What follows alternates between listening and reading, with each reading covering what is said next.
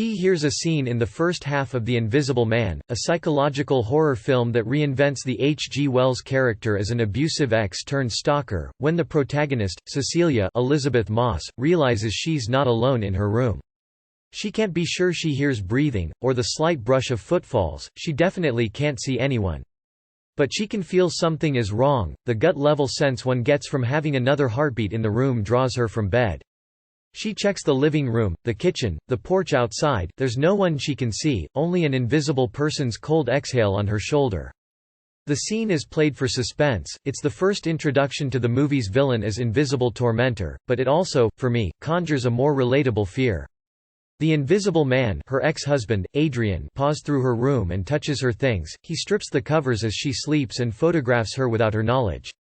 Waking up, she can sense something is wrong, and yet, she has no idea how bad it is.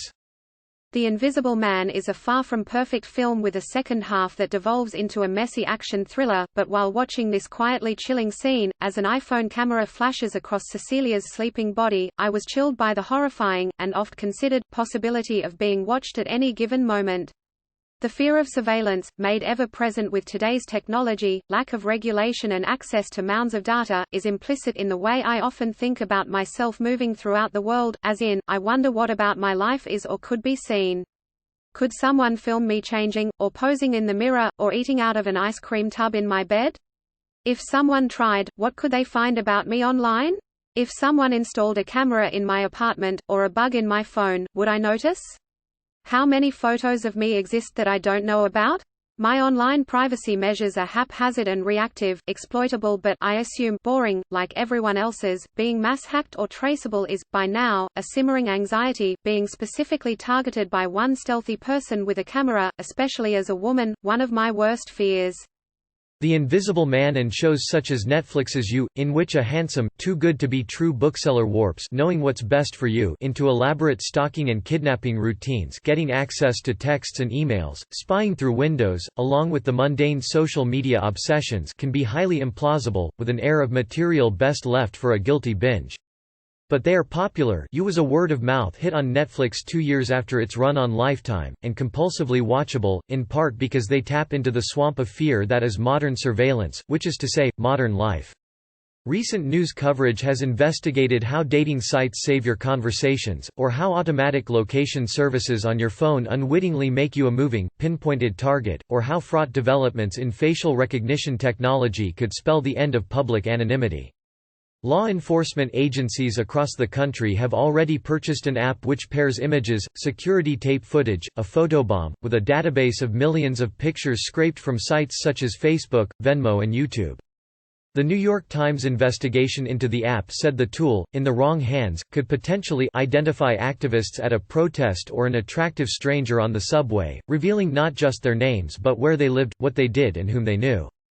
We seem to be living at a time when a series of technologies and seemingly innocuous shares have amassed into a sludge pile, drowning out public anonymity or individual privacy.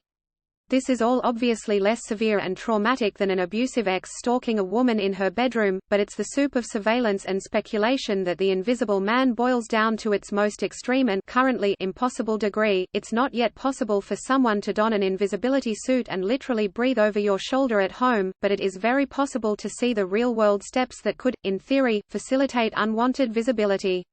The Invisible Man is a physical manifestation and exaggeration of the queasiness with surveillance capitalism, the feeling of someone watching you, of someone is stringing together the clues you didn't mean to leave, of someone, a person, a company, the algorithm, knowing more about you than you know about yourself.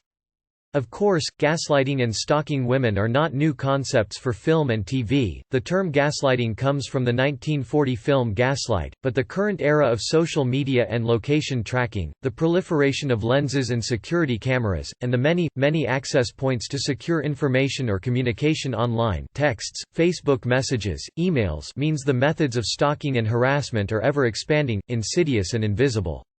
There's a reason You was such a runaway hit on Netflix, their fifth most watched show in 2019, and that The Invisible Man is projected to make between $25–35 million in its opening weekend, easily recouping its $7 million budget. They explore a fear many women inherently swallow as they make their way through the world now. You addictively targeted the vulnerabilities fostered by an easy, unencumbered digital life. In hiding the abusive ex in plain sight, the Invisible Man embodies the very real dread of digital harassment and stalking. There's a fine line between exploring a latent, real-world anxiety through the extreme and exploiting a woman's pain on screen, one the Invisible Man crosses by the end as Cecilia becomes, despite Moss's performance, more of a terrorized punching bag and action porn than person. But while its action movie flourishes and invisibility suit may be the stuff of silly, popcorn cinema fantasy, The Invisible Man will strike a chord with many of us because the surveillance fears it explores, pictures you don't know about, your ability to be known and found, are increasingly, chillingly real.